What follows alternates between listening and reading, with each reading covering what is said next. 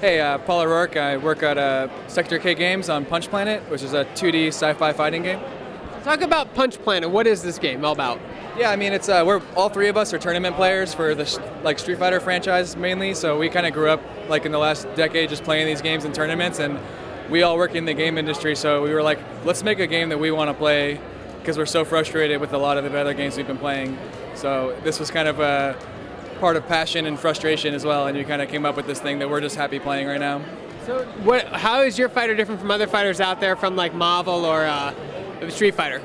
I think, we took a lot of the traditional things about fighters that work, like the 6-button layout, the pacing, so you can play that strategic game, but there's just a lot of features that have not made it into the 21st century on the fighting game side that a lot of other competitive games like Dota and CSGO, they've picked up on how to deploy those kind of things and keep users going, and I just haven't seen any fighting games kind of take advantage of that. They're mostly on console, and they're not really focused on player retention, and we're really just trying to make a great ecosystem for fighting games so people can invest in it and feel like they have a future in it.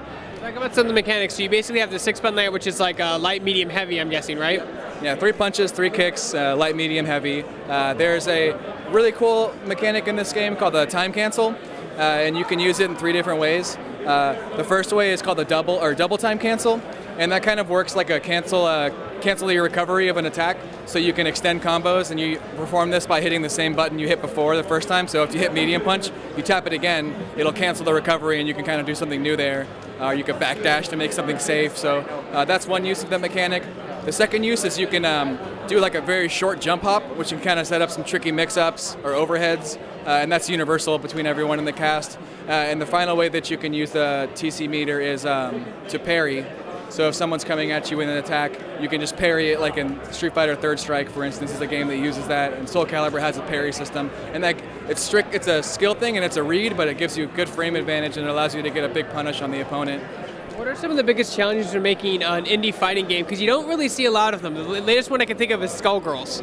Yeah, and if you look at Skullgirls development, it was such a troubled time, and they're using sprites, which is even harder. Our game is 3D in a 2D plane, so it's a little easier on the changing frame data and things like that. We can kind of mess around a lot easier. The tricky part was that we're building the game in Unity, but there's no real logic support for fighting games. I mean, I think there's like an engine you can buy, but it's really bad.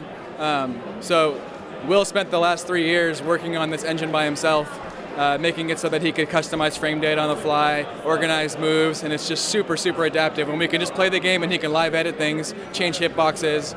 So that part really is, I think, what makes it really hard to make a fighter, is all that work that goes into the setup. And then getting the content in and everything is kind of the easy part. It's just making sure you have a really robust system that allows you to change things on the fly and keep the balance and everything interesting. Where can people play your game and get more information about it? You can check it out on punchplanet.com. The game has passed Steam Greenlight. Currently it is not available in any capacity to be played yet unless you come to, there's a few events we have in San Francisco on Wednesday nights. We'll bring it to this bar called Slate, and you can play it there. Other than that, we haven't released it out in the wild yet. So we're looking to release it on early access by the end of the year, and that's the plan, with 4 characters and online is the goal.